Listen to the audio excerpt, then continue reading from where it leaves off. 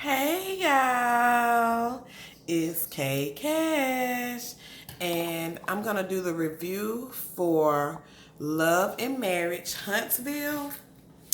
Um, First of all, is it a comeback? The comeback group come together once again, and they actually want to buy out Martell and Melanie because they have not been active in the group.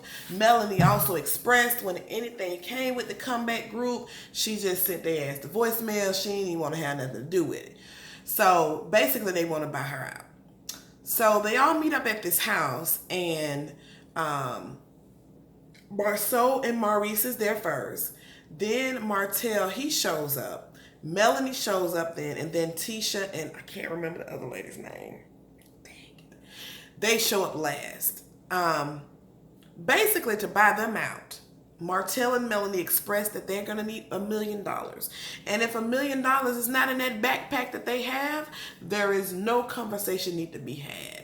So, they start talking or whatever and little chit chat stuff, and then so they leave. And Tisha stays behind with Marceau, and she approaches him and she wants to know, the 20 women that he supposedly had, and is that true?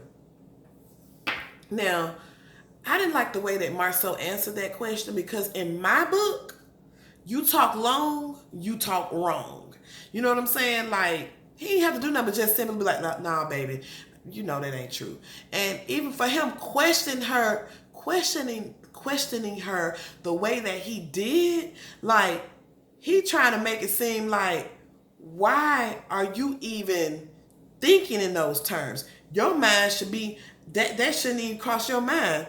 But the subject came up, so she cannot ignore it. He's so caught up in 1958 that he don't even realize like she does have her own brain. This is 2019. You know what I'm saying? Like, come on now.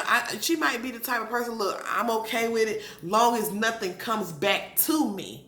Once something comes back to me, then I'm going to have to, talk about it and discuss it and find out, get further detail. But the only thing he needed to do was give her some reassurance by just saying, nah, baby, that ain't true. That's just some stuff he's saying. But for him to have that long answer and say, oh, what are you even questioning me? Ooh, Marceau, please. I wouldn't even doubt by the end of this seasons that they end up getting a damn divorce because he's something else. I can't, no, I can't. Anyway, so basically, that's how that meeting came. It would have been nice if they would have done the comeback group, that would have been cool, if they would have came together, but man, black folk, my people, gotta love them. Melanie is being honored at the Boys and Girls Club for all of her.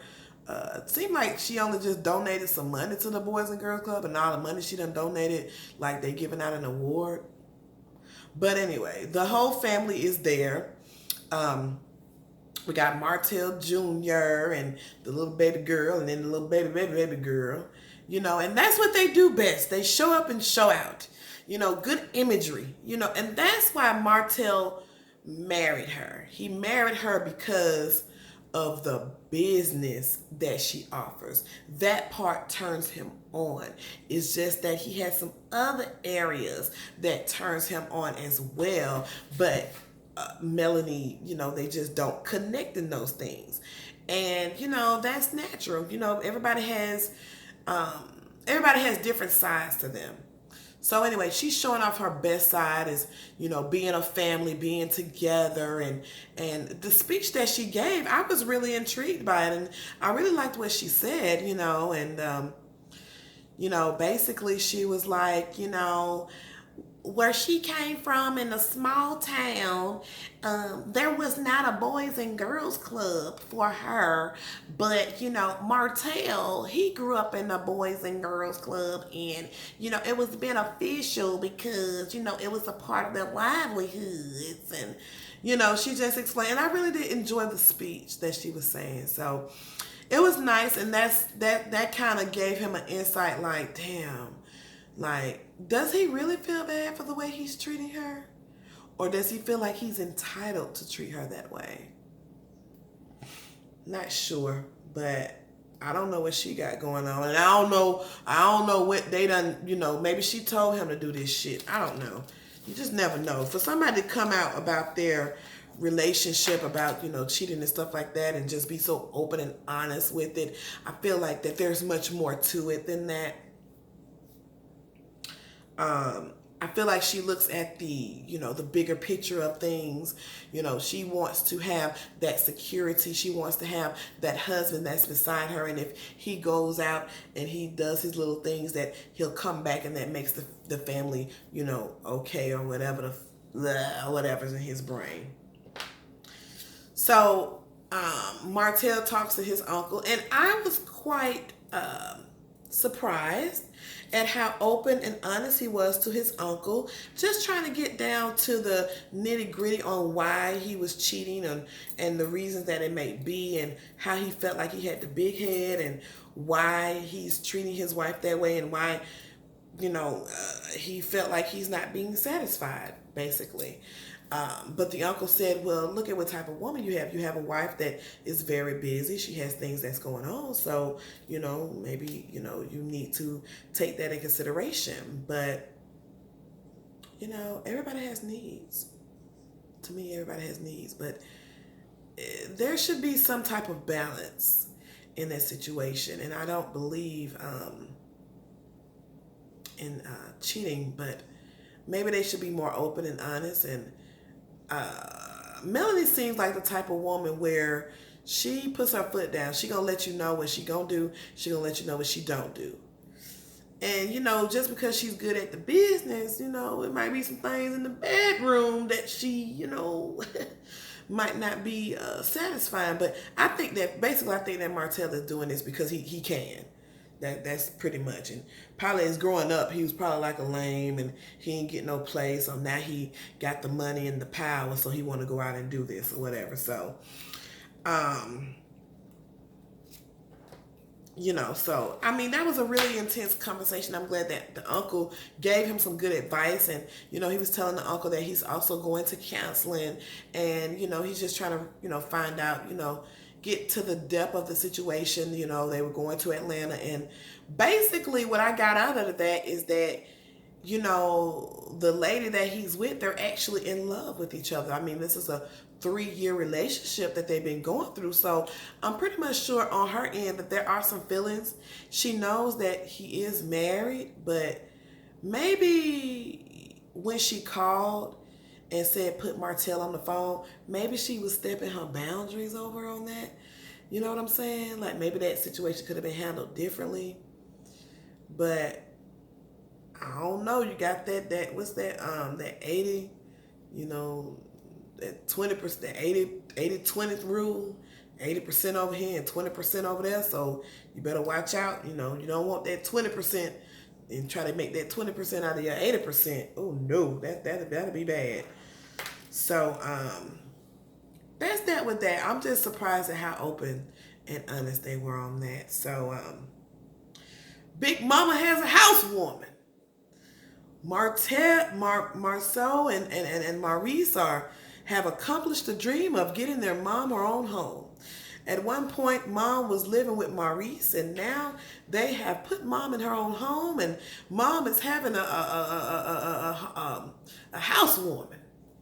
She invites everybody over, and paper plates and paper cups are in hand, and Mama got her little lashes on, and she in her little chair, and she just crying, and she's just so happy that she's staying in her house, and it's so homey, and it reminds you of grandma. I don't know if anybody else experienced this, but my house sometimes reminds me of my grandmama house. That scent at your grandmama house, and everybody has their own scent, but it kind of, sometimes when I'm cooking my food, or really it comes out when I'm cooking, because that's where I spent a lot of time with my grandma, cooking food and learning different things from her, and just, how my grandmama was able to bring the family together, and, I really miss that. And my grandma was really special to me. So I can understand how, when you get older, you want to see your family. And you want to see them together, even if they don't get along with each other so quite so. Just to see them together, it's just a beautiful thing. And I'm glad that they were able to have that, have that memory. And not only was Marceau, but it's 6 of them. But I didn't see any of the other siblings there, but we did see one of their college friends there. And he's just as old-fashioned as Marceau. They talking about, oh, I'm in 1985, he in 1982. No, you in 1952, and he might be in 1958. You know what I'm saying? Someone's like, I heard she can't even vote. That shit ain't funny. Like, that is not funny. You are your own individual selves. And you bring your individual self with that other individual, and y'all come together, and then y'all make something grand. It's not like you ain't my dad. You don't tell me what to do. You know what I'm saying? You just supposed to help build me up better. Anyway, that must be some Alabama shit. Because you can't bring that over here to Atlanta.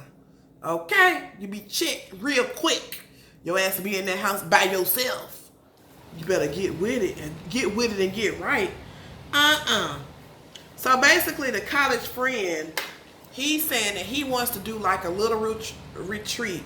Not to bring them back on the comeback group because they said that's a dead issue. But just try to bring them back as friends. Martell and Melanie are bitter because they put their business out there and they feel like their friends did not support them.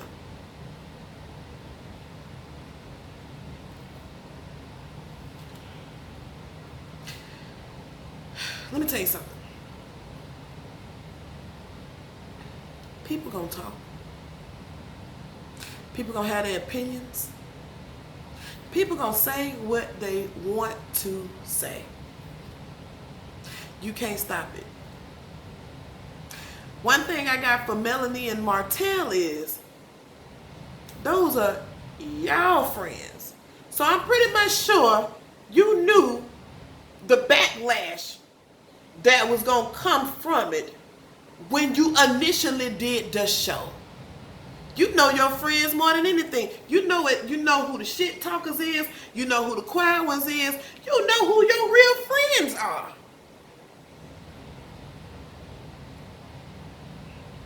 Anyway,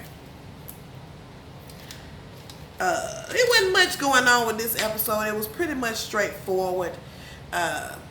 But you pretty much know who your friends are. You pretty much know. Whatever they said to me, it really wasn't nothing to, hell, y'all already telling y'all business. When you get ready to tell your business, you got to get ready for the backlash that come behind it. You just can't talk your shit and expect for nobody to say nothing. Like, Martell, you the one with 2 cell phones. Melanie, you the one who running around here sad and talking about your husband cheating on you. That's what you're saying. Girl, get your life. Get your life together. For real. Let me not see if I missed anything. I don't want to. Okay. So, the grand finale. Melanie is meeting with Tisha to find out what's the root issue between you and I. So, Tisha is explaining to her that, the issue that I have with you is the fact that, you didn't call me, or even, I guess, sounds like they have a little group text that's going on with each other, where they sent a group text and she was like, well, when my aunt died, you didn't even, send me a text to say, I'm praying for you. I don't need you to send me no text that you praying for me. Okay? Just because somebody put that shit in the text, they got automatic text messages that you can just deliver. I need for you to call me. If you are a real friend of mine, don't send me no text message. You need to call me, or hell, just show up at my house. You don't, a real friend don't have to announce themselves. A real friend is always invited. You do not have to call. You don't have to send no little battery ass text talking about praying for you, because that could be generally sent to anybody. And then here Melanie, I mean, I'm going to look through my text messages, but I could have sworn I already sent you that text. You know, and as you know, I have 3 children and I have a business that's going on. So I have other things that I'm doing too, as well as you understand. And I'm just trying to understand the root of the problem where we're, you know, I mean, I'm fine. So Tisha was like, well, you know, you haven't been responding or anything like that. I'm just trying to find out what's really going on. Basically, Melanie is feeling the same way that Martell is feeling. Pretty much, you know.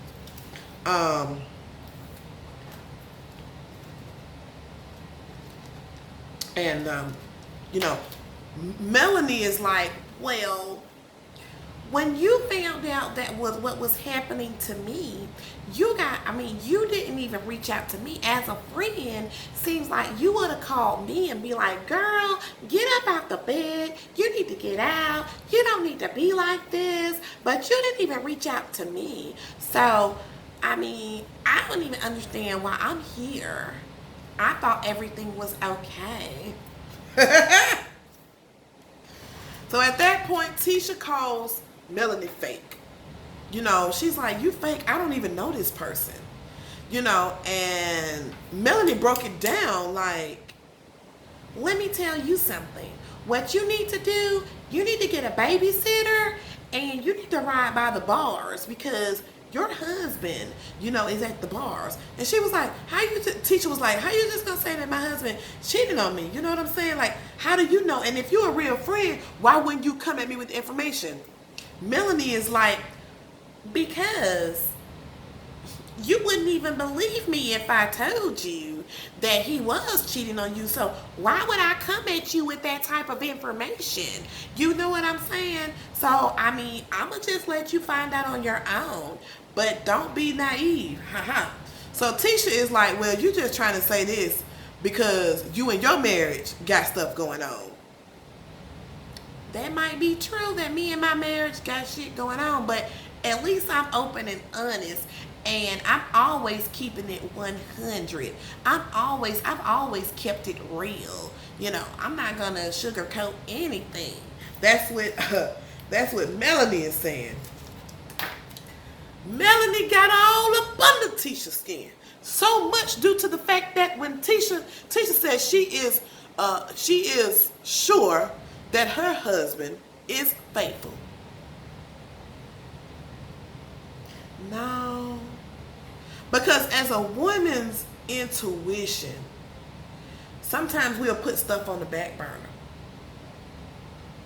She questioned Marcel.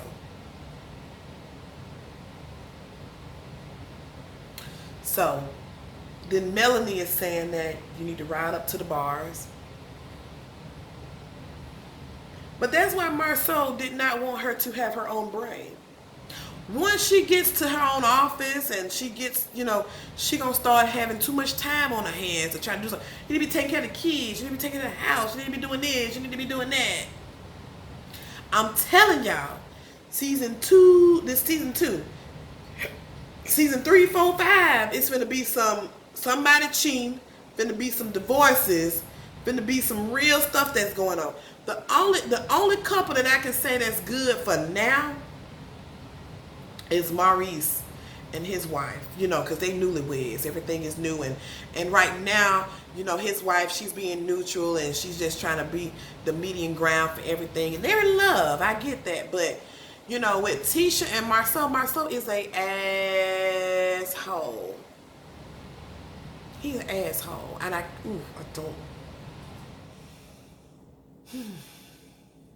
don't appreciate that. That must be, like I said, that must be some Alabama shit, but whatever. So Tisha get mad and she gets up and says, well, just to let you know that Martell got matching BMWs with his woman and you need to try to figure that out, see what's going on with that. And she leaves Melanie speechless. Melanie is sitting at the table like,